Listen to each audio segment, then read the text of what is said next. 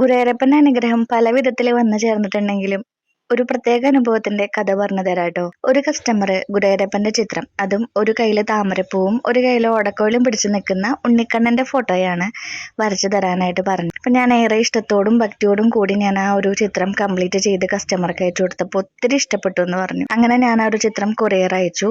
അന്ന് വൈകുന്നേരത്തിന് ഞങ്ങൾ ഗുരുവായൂർ അമ്പലത്തിൽ പോയി ഭഗവാനെ കണ്ട് തൊഴുതു. നല്ല രീതിക്ക് തന്നെ ചിത്രം കംപ്ലീറ്റ് ചെയ്ത് കൊടുക്കാനായിട്ട് സാധിച്ചതിൽ ഞാൻ നന്ദി പറഞ്ഞ് വീട്ടിലോട്ടേക്ക് പോന്നു. അന്ന് രാത്രി ഞാനൊരു സ്വപ്നം കാണാണ്. നിറഞ്ഞ ദീപങ്ങൾക്കിടയിൽ ഞാൻ വരച്ച ഈ ഒരു ചിത്രമാണ് അതില് ദീപാരാധനയ്ക്ക് വേണ്ടിയിട്ട് വെച്ചിരിക്കുന്നത്. അപ്പോൾ ആരതി ഒഴിയാണ്. ആരതി പാദങ്ങളിൽ നിന്ന്, അതായത് വലതുവശത്തെ പാദത്തിൽ നിന്ന് തുടങ്ങി താമരപ്പൂ ഒഴിഞ്ഞ് മുകളിലോട്ടേക്ക് മുഖമൊഴിഞ്ഞിട്ട് അങ്ങനെ ഇടത് കൈയില് വന്ന് നിൽക്കുകയാണ്. പിന്നെ അങ്ങോട്ടേക്ക് ആരതി ഒഴിയണില്ല. പിന്നെ ഈ ഇടത് കൈയിന്റെ അവിടെ ഈ ആരതി ഇങ്ങനെ, ഈ വിളക്ക് ഇങ്ങനെ സ്റ്റക്കായി നിൽക്കുന്നതാണ് കാണുന്നത്.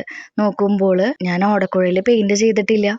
ഞാൻ അപ്പം തന്നെ എണീറ്റ് സമയം നോക്കിയപ്പോൾ പുലർച്ചെ 4:30 മണിയാണ്.